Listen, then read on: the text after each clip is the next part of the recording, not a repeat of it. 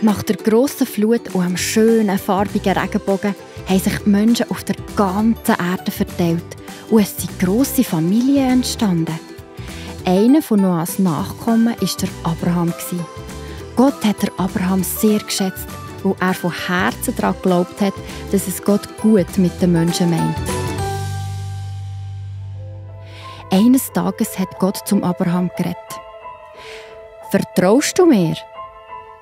Glaubst du daran, dass ich es gut mit dir meine? Ich habe ein neues Zuhause für dich. Du brauchst mehr Raum. Deine Zelte sind zwar super und dein Land ist schön, aber du hast zu wenig Platz. Ich will dich zu einem grossen Volk machen.»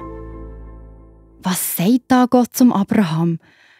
Gott will ihm Kind und Grosskind schenken. Aber der Abraham hat ja noch gar keine Kinder. Und zügeln soll er auch noch. Der Abraham hat nicht recht gewusst, was er sagen soll. Ein anderes Mal, spät am Abend, wo es schon feister war draussen, hat Gott wieder zum Abraham geredet. Er hat ihm gesagt: «Gang aus deinem Zelt raus, schau auf zum Himmel.» Als der Abraham hat in den Himmel raufgeschaut, hat Gott gesagt: «Kannst du all diese Sterne zählen? Ich will dir so viele Kinder und Nachkommen schenken, wie du Sterne am Himmel siehst.» Wow, all die Sterne. Ich kann sie gar nicht zählen. Da gehe ich jedes Mal draus, weil ich nicht mehr weiss, ob ich diesen Stern oder diesen Stern schon gezählt habe oder nicht. Es sind so viele. Aber Gott, das bedeutet ja, dass du Kinder und Grosskinder für mich parat hast. Das wird ja richtig laut zu und her gehen am Mittagstisch. Wer wird all diesen Buben und Mädchen zu essen geben? Wo sollen sie alle schlafen? Und weiter hat er für sich gedacht: Aber wie willst du das nur machen, Gott? Ich bin doch schon so alt und habe noch kein einziges Kind. Und dann hast du mir vergessen zu sagen, wo wir herzügeln. Weisst, ich kann mir schon vorstellen, Grosshätti oder Urgrosshätti zu werden. Das ist sicher cool. Aber mir fehlen da irgendwie noch ein paar Informationen.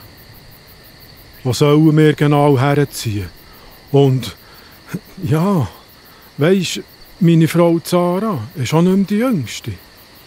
Eigentlich kann sie in ihrem Alter gar keine Kinder mehr bekommen.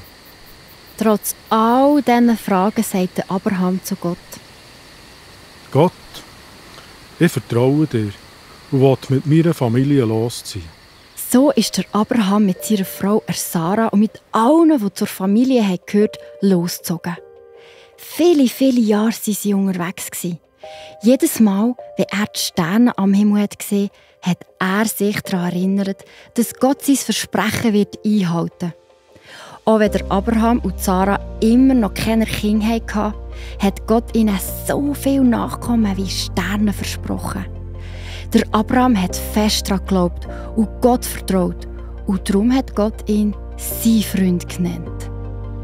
Vielleicht hast du auch schon Sachen, die du nicht verstehst. Wie zum Beispiel, warum Mama und Papa dir etwas unbedingt beibringen wollen. Oder warum du nicht den ganzen Tag Film schauen darfst. Oder warum es nicht nur Schoki zum Morgen gibt, obwohl das doch das Allerfeinste ist.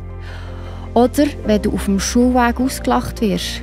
Genau in solchen Momenten darfst du, wie der Abraham, auf Gott vertrauen. Auch wenn du das gerade nicht verstehst oder die Lösung nicht siehst. Dem sagt man Glauben. Gott freut sich, wenn er sagen kann, dass du sein Freund oder seine Freundin bist. Du bist sehr wertvoll für Gott.